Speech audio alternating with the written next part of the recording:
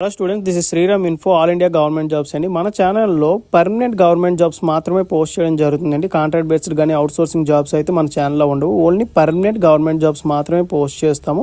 మన ఛానల్ ఇంకా ఎవరైనా సబ్స్క్రైబ్ చేసుకోకపోతే సబ్స్క్రైబ్ చేసుకొని బెల్ ఐకాన్ ఆన్ చేసుకొని పెట్టుకోండి. నా ప్రతి అప్డేట్ అనేది మీకు నోటిఫికేషన్ ద్వారా వస్తుంది.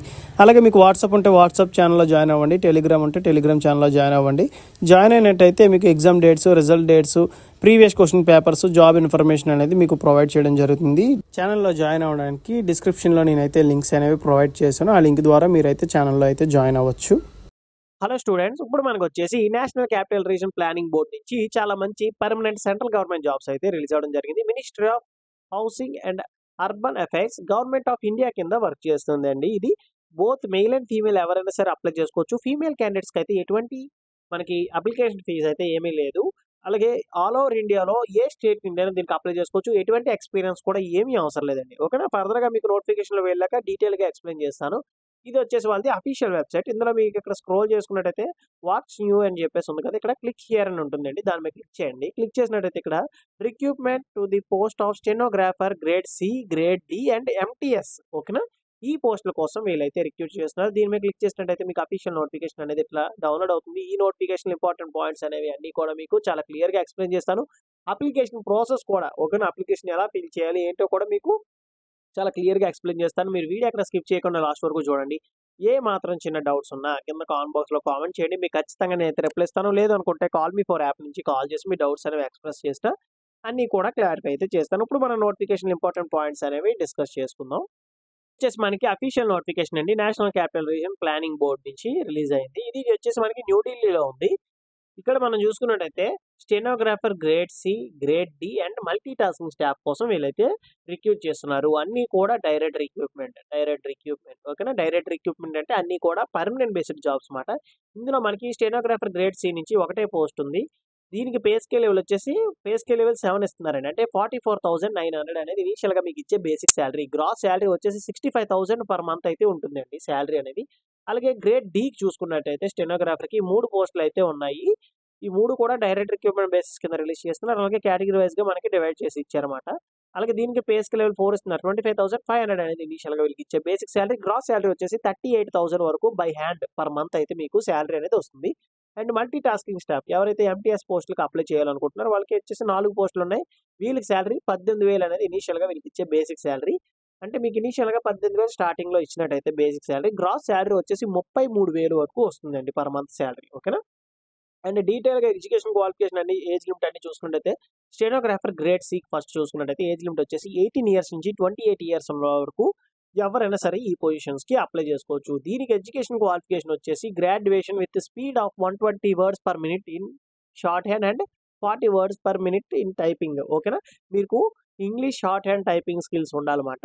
అండ్ గ్రాడ్యుయేషన్, ఓకేనా, ఎనీ గ్రాడ్యుయేషన్ అండి, అంటే బీఈ కానీ, బీటెక్ కానీ, డిగ్రీ కానీ, బీకామ్ కానీ, బీఎస్సీ కానీ ఎవరైనా సరే దీనికి అప్లై చేసుకోవచ్చు. మీకు షార్ట్ హ్యాండ్ టైపింగ్ వచ్చి ఉంటే కంపల్సరీగా మీరు దీనికి అప్లై చేసుకోవచ్చు. ఎటువంటి ఎక్స్పీరియన్స్ కూడా ఏమీ అవసరం లేదు. పీరియడ్ ఆఫ్ ప్రొవిజన్ చూసుకున్నట్టయితే 2 ఇయర్స్ అనేది మీకు ఇనీషియల్గా ప్రొవిజన్ ఉంటుంది.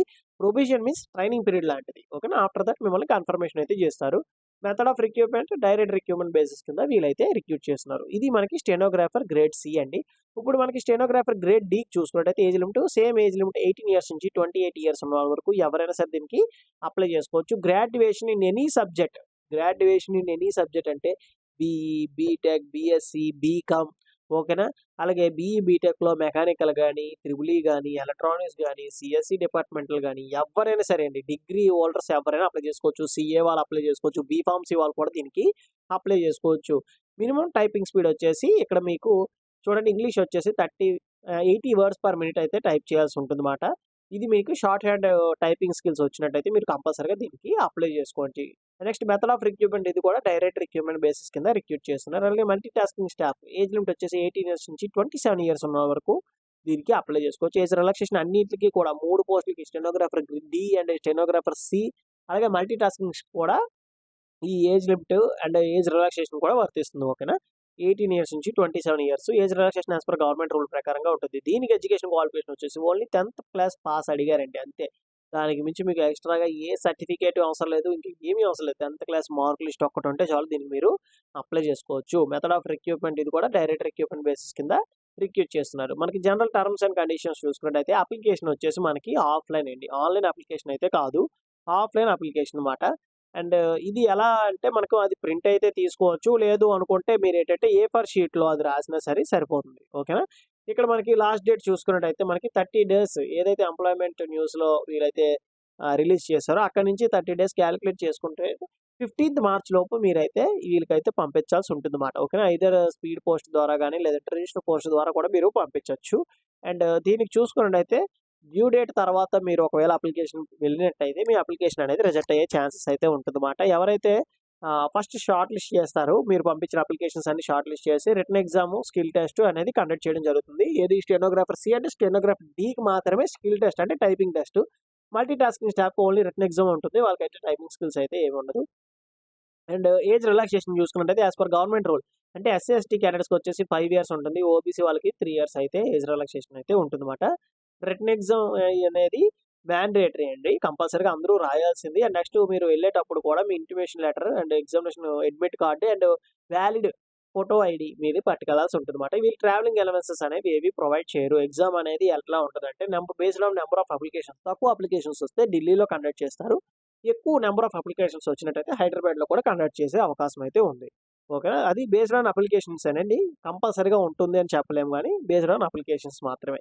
And candidate short listed for written exam, skill test వీళ్ళు అప్‌లోడెడ్ అంటే ఇక్కడ మనకు ఒక వెబ్‌సైట్ ఇచ్చారు కదా! ఎవరైతే షార్ట్ లిస్ట్ అయ్యారో ఆ వెబ్‌సైట్‌లో కూడా మనకి అప్డేట్ ఇస్తారన్నమాట. ఓకేనా? ఇంతమంది షార్ట్ లిస్ట్ అయ్యారు ఏంటి అని చెప్పేసి మనకి ఇవ్వడం జరుగుతుంది. అండ్ నెక్స్ట్ వచ్చేసి అప్లికేషన్ ఫీజ్ అండి. అప్లికేషన్ ఫీజ్ విషయానికి వచ్చినట్టయితే రూ. 100 అనేది అప్లికేషన్ ఫీజు. అది ఐపీఓ గాని, లేదంటే డీడీ రూపంలో గాని మీరు పే చేయొచ్చు. లేదనుకుంటే ఆన్‌లైన్‌లో కూడా పే చేయొచ్చు. ఇక్కడ మనకు చూడండి ఆన్‌లైన్‌లో ప్లే చేసుకోవడానికి మనకి బ్యాంక్ అకౌంట్ నంబర్ ఇచ్చారు. ఐఎఫ్ఎస్‌సి కోడ్ ఇచ్చారు. State bank of India SME branch అని చెప్పేసి న్యూఢిల్లీ. ఓకేనా? మీరు ఆన్‌లైన్‌లో కూడా అప్లికేషన్ ఫీజ్ పే చేయొచ్చు. ఎవరెవరు పే చేయొచ్చు, ఎవరెవరు పే చేయకూడదంటే ఇక్కడ చూడండి ఉమెన్ క్యాండిడేట్స్ పే చేయాల్సిన అవసరం లేదు. అలాగే ఎస్సీ, ఎస్టీ క్యాండిడేట్స్ పే చేయాల్సిన అవసరం లేదు. అలాగే పీడబ్ల్యూబీడీ క్యాండిడేట్స్ అలాగే ఈఎస్ఎం ఎక్స్ సర్వీస్ మెన్స్ కూడా పే చేయాల్సిన అవసరం లేదు. అంటే ఆల్ మెయిల్ క్యాండిడేట్స్ ఎవరైతే యూఆర్ అండ్ ఓబీసీ వాళ్ళు ఉంటారో ఈడబ్ల్యూఎస్ వాళ్ళు మాత్రమే రూ. 100 అయితే పే చేస్తారు. Remaining candidates all category womens, SC, ST, పీడబ్ల్యూబీడీ అండ్ ఎక్స్ సర్వీస్ మెన్‌కి ఎటువంటి అప్లికేషన్ ఫీజ్ అయితే ఏమీ లేదండి. అండ్ నెక్స్ట్ వచ్చేసి ఇక్కడ మనకి చూడండి చాలా క్లియర్‌గా అప్లికేషన్ ఫార్మాట్ అయితే ఇవ్వడం జరిగింది. ఇది బెటర్ టు ప్రింట్ తీసుకోండి. ఓకేనా? ఇది మీరు ఏ4 షీట్‌లో ఏదైతే మీకు ఇక్కడ ఇచ్చారో సేమ్ యాజ్ ఇట్ ఈస్‌గా ఇక్కడ అప్లికేషన్ ఫార్మాట్ అని రాసి ఇదంతా రాసి స్కేల్‌తో ఈ మార్జిన్స్ ఇవన్నీ కూడా గీసుకోవచ్చు. ఓకేనా? But better to take print. ఓకేనా? ప్రింట్ తీసుకోండి. ఇక్కడ మీ ఫోటో అనేది అటాచ్ చేయండి. ఓకేనా? ఫోటో అనేది అటాచ్ చేయండి. ఇక్కడ మనకి చాలా క్లియర్‌గా ఇచ్చారు. వితౌట్ క్యాప్ అండ్ గాగుల్స్ అలాంటివేమి పెట్టుకోకూడదు. ఓకేనా? ఇక్కడ application for the post of అంటే ఎంటీఎస్ అయితే ఎంటీఎస్ రాయండి. లేదు స్టెనోగ్రాఫర్ అయితే స్టెనోగ్రాఫర్ సి, స్టెనోగ్రాఫర్ డి. దేనికి అప్లై చేస్తున్నారో దానికి అప్లై చేస్తున్నట్టు రాయాల్సి ఉంటుంది. అండ్ మీ ఫుల్ నేమ్ ఏదైతే 10థ్ క్లాస్ మార్క్ లిస్ట్‌లో ఉందో సేమ్ యాజ్ ఇట్ ఈస్‌గా మీ ఫుల్ నేమ్ అనేది రాస్తారు. మీ father name, date of birth, date, month, year.